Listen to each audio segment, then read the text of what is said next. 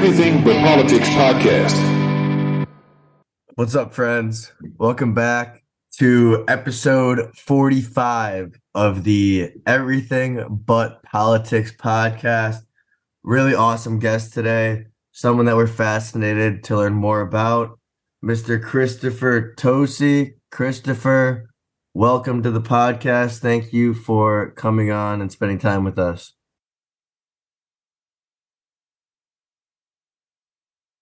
Thanks very much, guys. What a pleasure to be here. Yeah, and it's an absolute pleasure to have you. Christopher, your Instagram is absolutely amazing. I'm sure you get that all the time. But I guess before we talk about the pretty insane content that you have all over your social media, why don't you give our listeners a little background on yourself, your upbringing, and I guess how all of that led to what you currently do now. Cool. Every single interview we do it in that way, and why don't we just trade it up a little bit? And I'm sure it'll all come out as we go. But like, how did you guys even find out about me? I mean, you're in Indiana in America, right? Yeah. So how did you find? Did you find my Instagram, my Facebook, or the YouTube? What's going on here? I follow a couple animal pages on Instagram, and my brother Merrick was a big animal lover growing up, and I would send him pages of these animal accounts. And one in particular that I follow is the Nature's Metal, and there was a video from Africa, and I was just scrolling through the comments, and I saw someone mention you, and then I went through your page, and I was just fascinated by it. Oh, cool. All right, that's amazing. Yeah. Great. Yeah. So that's it. So I just moved into the Kruger Park on the 29th of June last year. I've known Smile Foundation for over 20 years. I was their graphic designer for a number of years when I just finished my graphic design degree at university. So I just rang him up one day and said, "Hey guys, I'm going to go live in Kruger National Park and showcase it to the world. And off the back of that, I'm going to raise some money for you."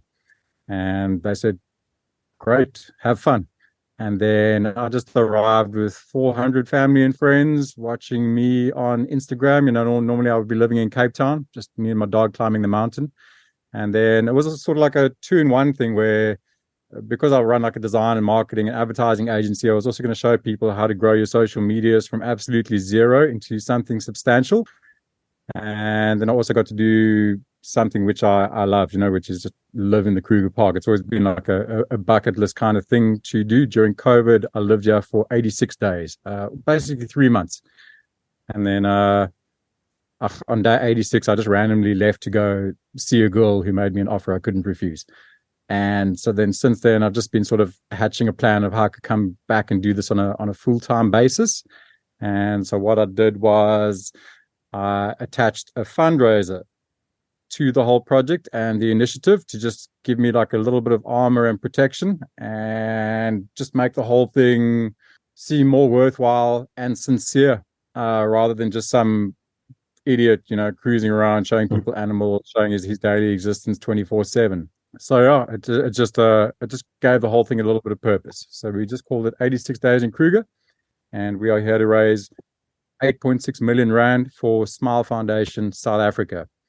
There's a little bit of a tricky amount when we get to your guys' currency, because ours has just been like absolutely decimated in the last decade. So we're running at about 18-20 to 1 for you guys.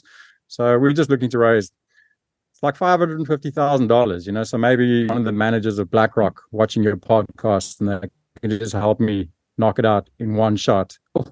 Yeah. In touch with Elon or, Mark or someone like that. I don't know. We've got the traction, and I've got like 120,000 people on Instagram watching and like 122,000 on Facebook watching.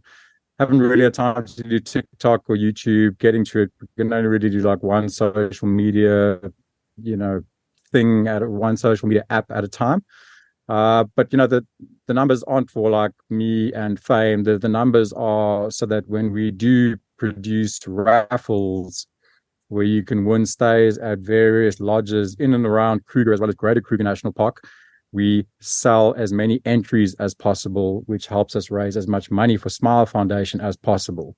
To date, we have raised just shy of 350,000 Rand.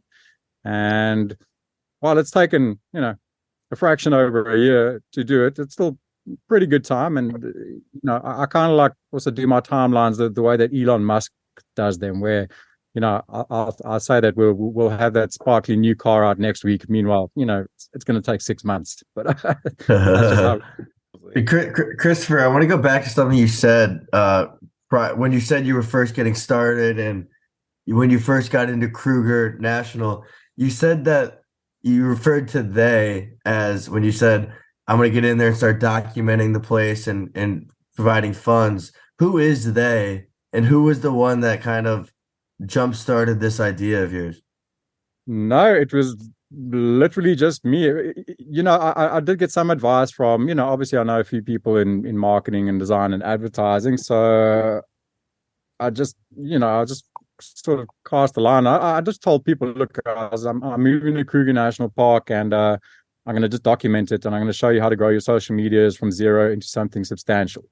And then one of my mates, Ben Kopinski, he said, dude, unless you attach something meaningful, fundraiser, a non-profit organization to this, like, you're dead in the water, because people are going to turn on you. No one's going to back you on it, and you're going to struggle to get long-term sponsors and endorsements, and the whole thing's going to seem just pretty vacuous. It's going to be like all about this guy like living like an Instagram holiday. So I was like, yeah, actually, Ben, you're spot on. And I know the perfect people that we can help, because Smile Foundation, while they do big things, a small non-profit organization. They were founded in the year 2000 by our former president, Nelson Mandela. It just happens to be his birthday today, the 18th of July. So it's nice. Pretty cool that we're doing this podcast today. And him and another gentleman, Mark Labner, they founded our foundation back in the year 2000.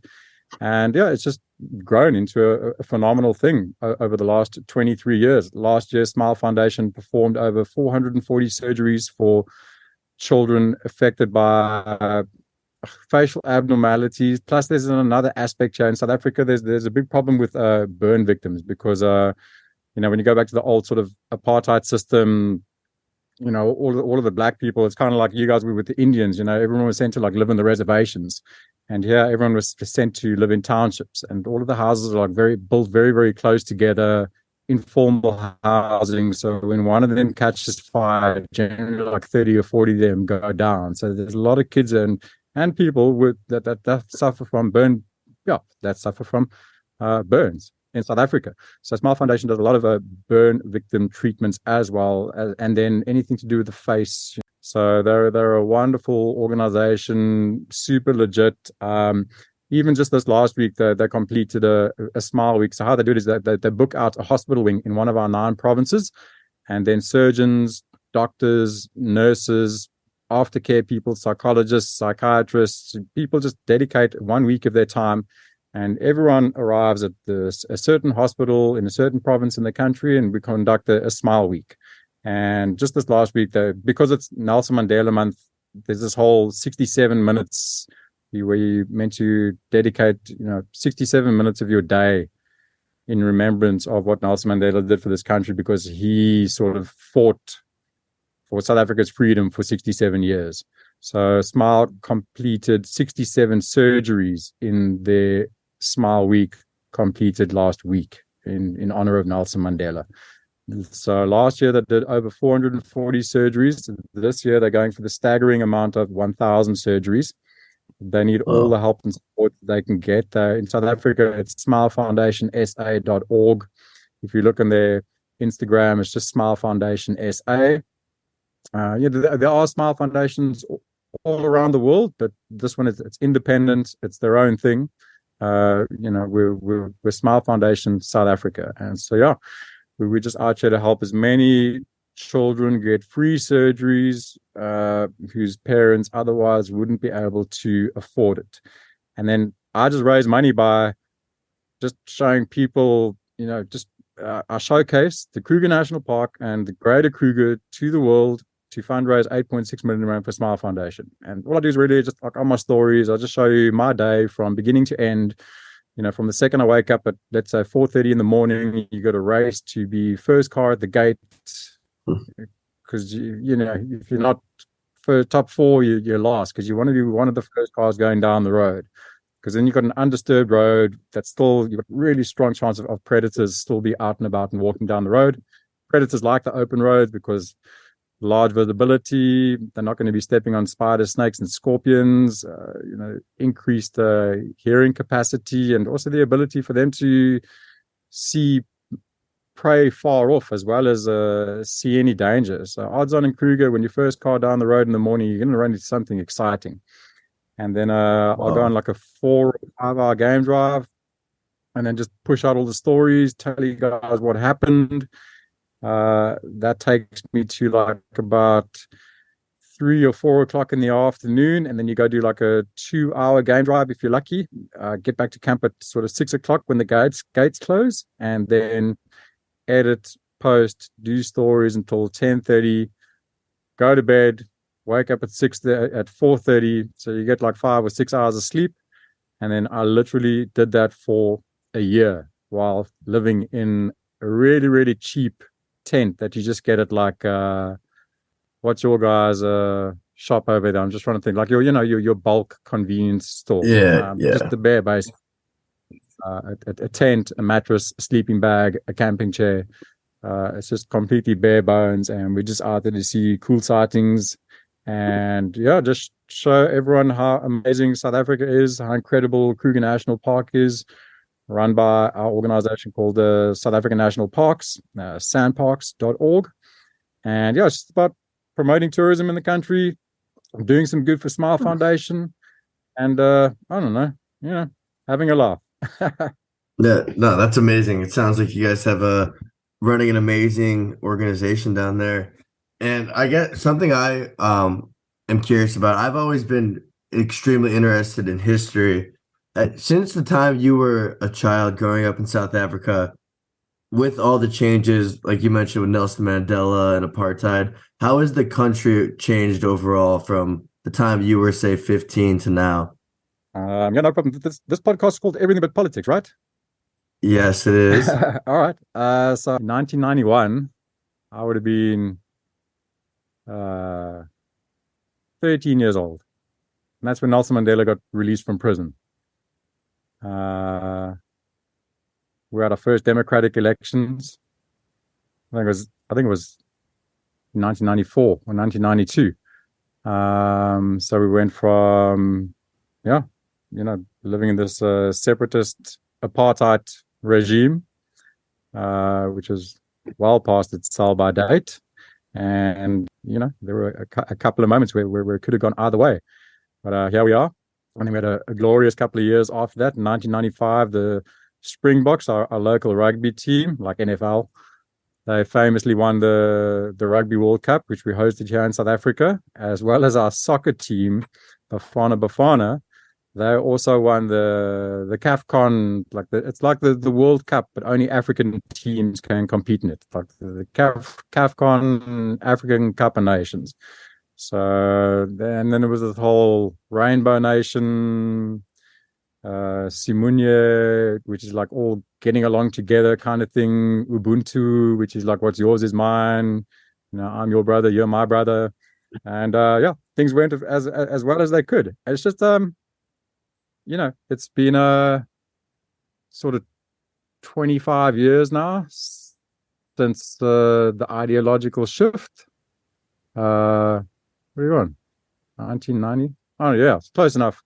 And it's just you're trying to turn around a whole country, and you're trying to undo a unfair and unjust system that was in place for 100 years longer. So it's a big boat that you got to turn. But we're doing it, and South Africans are the ultimate. We are the ultimate optimists, and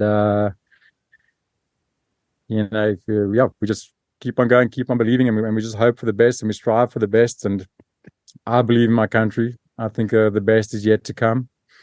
Awesome. And that's why I'm actually doing this. I'm promoting tourism in the country. I want there to be job growth in the country, and it's inevitable that we will concede. We just got to stay the course. But Christopher, I do want to say, considering the name of our podcast, Everything But Politics, I appreciate the way you answered that question. Not in any way political, but more of a history lesson for both ourselves and our listeners. So definitely valuable stuff hearing it firsthand from someone who's lived through it, someone who experiences it every day. So thank you for that response. Yeah, great. Yeah. Awesome. Christopher, what are some of the unique features in wildlife that makes Kruger National Park stand out from the other wildlife reserves? Yeah, it's just it's so vast and epic. Like the scale of it is just immense. If I try to convert it into miles over here, we're like, if 5 miles is 8 kilometers, the place is like, it's like 400 miles long from south to north, and then it's Wow. 50 miles wide from east to west. It's so vast, and there's so many roads, and so obviously we've got the big five. We've got lions, elephants, rhinos, leopards, lions, and you throw in cheetahs as well as a really good wild dog population. Anything can happen anywhere at any time. The unique thing about the Kruger National Park itself is the ability to do the self-drive thing. And it's the kind of place where the infrastructure within the park is very good, although there's no internet, but like the road network is fantastic. So you can just come and rent any car from Avis or Hertz or whatever you want. But you don't need to have like a massive 4x4 overlanding vehicle to come and experience what it's like to drive around a game reserve on your race. Beyond that, it's just incredibly well run and incredibly well managed, and it's just, I don't know, it's just the most beautiful place on earth, and it's like a time warp here. An hour goes by in 10 minutes. You can lose half a day in an hour. I mean, yeah, it's a magical place. Right now we've got it's like the wild dog denning season. So all of the alpha females that they just about, well, they've probably all already had their puppies already. They're still underground in their dens, but any day now they're going to start popping out for like their first little views of the blue African sky. And I was very fortunate last year because I happened upon 2 or 3 wild dog dens during the course of July. So I got some incredible footage of 4-week-old wild dogs emerging from the den from what might have been the first or second time, and then got to hang out with them for like another 2 weeks and just watch their little journey as they grew from 4 weeks to 5 weeks to 6 weeks. After which, then the adults then relocated them to another den site because once the den site starts smelling a little bit, then it's obviously they want to reduce the risk of another predator, such as like a lion or a hyena coming across them. So they'll relocate them to another den site for their own safety. Yeah, it just sounds and looks like such a spectacular place, and definitely before I am gone, I'll have to check it out. So my one was wondering if you could share with us and our listeners one of your most like wild so people need to realize as well that encounters with some of the inherently animals. all of the animals in the Kruger Park, all the way up to elephants, they've got a natural fear of human beings. So if you go on like a guided bushwalk experience with sand parks, what those guides are trying to achieve is to bring you up to a safe enough position where you can view the animal from without that animal actually being aware of your presence. Because if anything sees or smells you, they're going to leave. And like a pride of lions are going to run away from that. They call us the tall monkey with swinging limbs because humans have been hunting lions for thousands of years. So lions are pre-programmed into their DNA to fear us. So same with elephants. They don't want to be around us. They want to make sure that they've got a very safe distance from us. Same with buffalo, everything. So like animals aren't out here to like hunt and kill people. It's the inverse. The animals are scared of us, and we are trying to protect them. Well, sandparks is trying to protect them. And then but because cars have never ever done anything to animals. So as long as you remain in your car, you're not a threat to the animal. The animal doesn't perceive you as a danger. That animal, as well as 10 generations before that animal, so that baby elephant has grown up seeing its mother being relaxed around cars, because cars don't do anything to them. That's the same with so that's the thing. So when you're in your car, you're safe, and you get to have like a pretty close-up experience with the animals because they know that you're not a threat to them. That's the rule with like staying in your car. Don't break the shape of your car. If you then suddenly like climb out of your window, just to get like a slight elevation on a bunch of lines, they're suddenly going to see this human being climbing out of a car, and they're going to think, okay, hang on, this isn't a car now. Now I've got a threatening human being around. We need to get out of here. We need to protect ourselves. So that's kind of how it works. Nothing is out here to harm you. Everything is out here to stay out of your way. And the goal is to, approach that animal as softly and as carefully and as cautiously as possible in order to get like the most out of your sighting. So a lot of the things that I do is that, I offer people like tips and tricks on how to get the most out of your Kruger experience. From like, if you're staying at this camp, this is the best bungalow. If you want to get a good leopard sighting, then the one thing I do is I tell people about stealth mode. Like if you're fortunate enough to clock a leopard down the road, so you spot it there in the distance, and you've got a bit of momentum in the vehicle, and hopefully you're on a downhill, you pop the car in neutral, turn the engine off, and just roll up slowly towards the animal, towards that leopard. But again, you can't get too close the first time. You first got to establish and build trust with that leopard. So that leopard's got its zone of comfort. And as soon as you break that line, it's gone, and you're not going to see it again.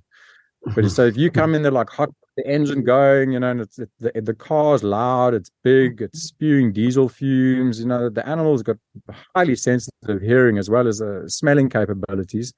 So if you switch the engine off and you're coming like really slowly and as quietly as possible, and you stop like 100 meters away from that leopard's going to look over the shoulder.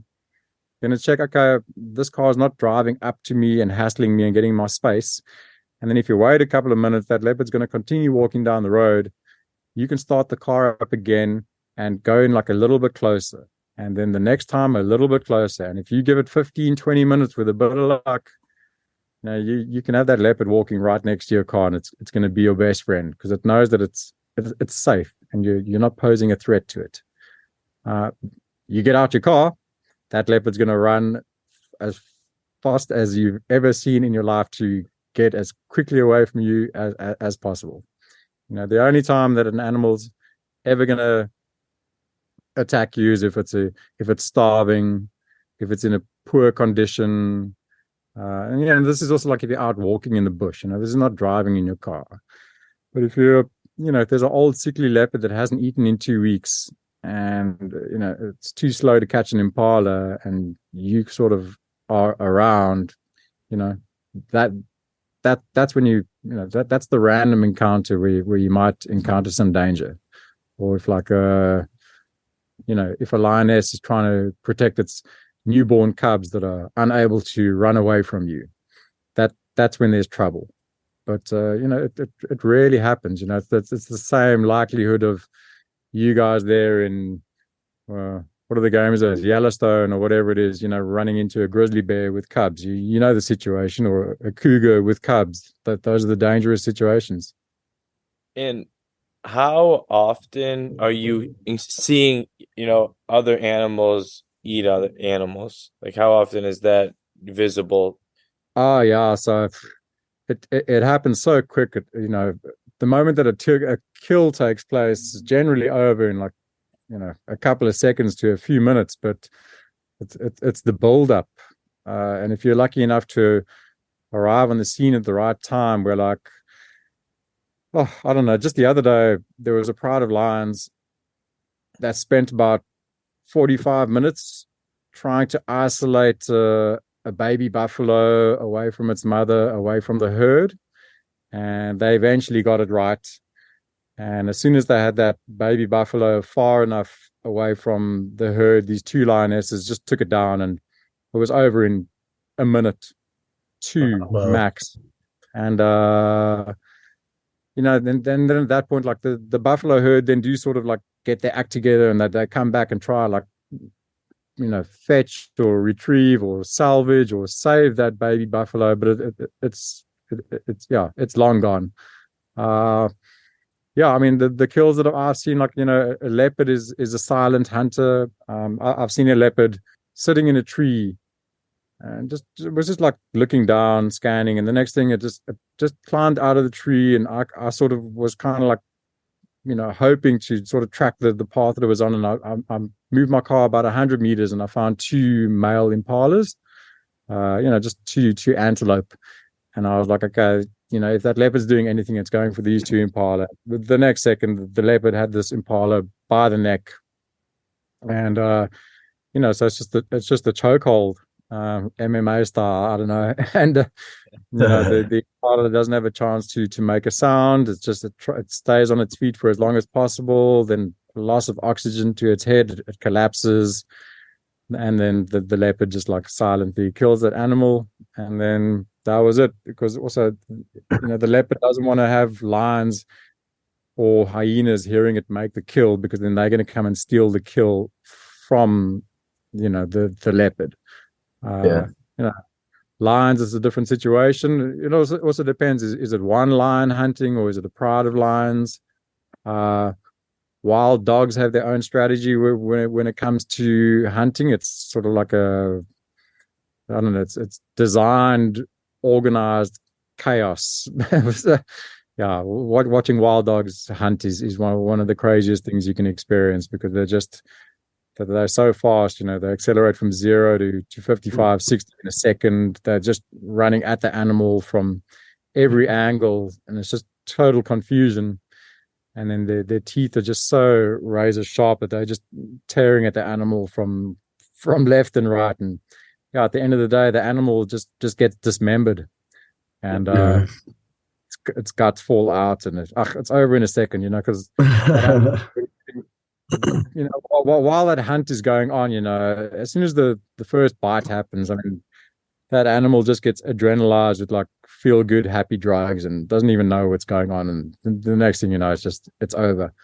I think I think when a leopard's got you by the throat, that's a bad one, because you got to get through that sort of 3 or 4 minutes of suffocating. Lions are also rough. There's no good way to go in Africa. Hey, Christopher, a question I have for you is how does the national park deal with poaching? And when poaching does take place, what kind of punishment is there for those who are doing such things? Yeah, sure. So, this is a global problem. Ultimately, we're talking about habitat loss. And then we're also just talking about bad people with too much money that want to give their girlfriends stupid trinkets that are made out of keratin. If we're talking about like a rhino horn, it's the same thing as your hair or as your fingernail. It's literally keratin. And they just want to give their girlfriend a bracelet that they can say, this is made out of rhino horn. It's just complete ignorance and stupidity and cultural beliefs. Now the new thing is like the guys believe that like pangolin scales, pangolins are armadillos. You get them all across every single continent's got a version of a pangolin. It's just called something else on every single continent. But now that's now the new hot number on the list, where the pangolin scale can, I don't know, solve all your problems or give you some superpower or something ridiculous. But again, it's made out of keratin, fingernails, hair. Stupid. So, because of habitat loss, because life is tough, people need money. There is like a bit of a battle going on. Sandparks are well on top of it though, and they're winning this fight. They're also using latest technology everywhere, and they got great teams and people that are passionate about it. But they're trying as hard as they can to slow it all down. But ultimately, it's just like I don't know, it's a global problem. It's a human problem. Like look at us, like Absolutely. just burning down the Amazon forest. Like I follow guys from like every single continent that are involved in nature and some form of like conservation, and it's just a systemic global problem from human greed, and it sucks. It's deflating. Yeah. Are people in here in Kruger especially and sand parks that have devoted their lives to the cause. People have been here for like 35 years. uh I've heard every story in the book. I get to do some behind the scenes stuff. I get an inside view, and I see where the problems are. I see the solutions that the guys are coming up with. But again, like I say, that problem's happening in Asia, China, Indonesia, South America. I don't know. Yeah, Anywhere there's humans. yeah, that's it. That's it. Yeah. There's too many of So us and not enough good ones of us. And it's just like it's just the 1% that are stuffing it up. It's just greed and ignorance. So that's all. totally. Wait, so Christopher, on the contrary, so here in the United States, there's certain regions where you have overpopulation of maybe things like deer, or in Florida, alligator, and you're legally allowed to hunt them. Is there any kind of situation like that going on at Kruger National Park where hunting is allowed, or absolutely not?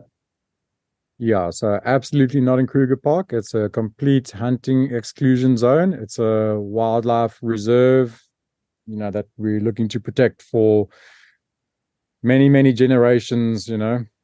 God to help us. But that's the plan. I think the centenary, like it's officially being called the Kruger National Park. I don't know, in 2025 or something like that. But it's a wildlife reserve. There are hunting farms all over South Africa, which is again twice the size of Texas. But nowhere near Kruger. It doesn't happen over here. And yeah, it's just not on. This is a place where you point and shoot with cameras, and you leave only footprints, and that's it. No, I mean, it makes sense. I mean, like you said, it's such a beautiful piece of land with such special animals. And like you said, you're trying to preserve it for future generations. So obviously a beautiful thing, and a beautiful thing with what you're doing on social media, promoting it all, letting people like us over here in the States see what you guys are doing. Without social media, we would have no idea. So it just goes to show the power of everything that we have at our fingertips. Yeah, no, totally. And yeah, the whole thing's been completely heartwarming because we've just had random donations made to Smile Foundation from people as far afield as like remote Canada. A lot of Americans watch the show. We get a lot of like expats living all around the world that are watching the show. And yeah, people are just selflessly making donations. And then we are getting to the point where we are streamlining the whole raffle process. There's like a little bureaucracy to deal with. But going forward, we're going to be having raffles on the go all the time where you can win stays at amazing lodges and concessions in Kruger National Park, in Greater Kruger, on the world famous Sabi Sands, Timbavati, Klaseri. These are all like game reserves, which are part of like all the fences have been taken down. So Kruger's almost like, it's a lot bigger than what it was 20, 30 years ago, because all of the game reserves bordering Kruger National Park realized that the value in partnering with sand parks, just to, it just lets the animals live as normally as possible with the normal sort of like traversing routes and that. But yeah, so we've got tons of raffles coming up. Lots of opportunities to win amazing stays at incredible lodges in and around Kruger National Park. So if you follow the show and check out Smile Foundation SA, you can help be a part of it. And also, when you buy your ticket, it's not like you're just buying like a lottery ticket there at the gas station. The money goes directly into Smile Foundation's bank account. I don't touch it. It all just goes straight towards a free surgery for a child whose parents otherwise couldn't afford it. So yeah, your entry is you're helping change someone's life for the better forever. Awesome. Yeah, no, it's amazing what you guys are doing, and we're appreciative of you coming on here and getting the word out, sharing the message of what you guys are doing. So, yeah, very, very appreciative of you and your time. Christopher, before we let you go here, where can people find you? Where can they donate? Please give all the information so people could do anything they can to help. Great, guys. Thank you so much. I think it's all called 86 Days in Kruger. It's on Google. Check out the hashtag 86 Days in Kruger. I'm on every single social media platform that there is, but I give the most energy to Instagram. And there you can also just find me under my name, Christopher Tosi. That's Tosi. And that's it. It's a Google away. If you look for Smile Foundation South Africa, hashtag 86 Days in Kruger, Christopher Tosi, I'm going to pop up somewhere, and then, feel free to go down the rabbit hole and hopefully have fun. Yeah. We both went down the rabbit hole. It's pretty amazing what you guys are doing. So we're thankful for you and your time, Christopher. Have an amazing rest of your day, your week, and we're gonna try to get a trip out there. You'll be the first person we hit up, without a doubt. Okay, sounds amazing, guys. Look forward to it. Thank you for the opportunity, and yeah, hopefully this is just one door which opens another door. I'm looking for all of the media exposure I can get, and we're looking for all of the assistance we can get for Smile Foundation, as well as to put on the best possible show. So if there is someone there with a connection to get me a Starlink system, that would help a lot. Let's do it, guys. All right, guys. Christopher Tosi, Everything But Politics podcast. Thank you very much. See you next week.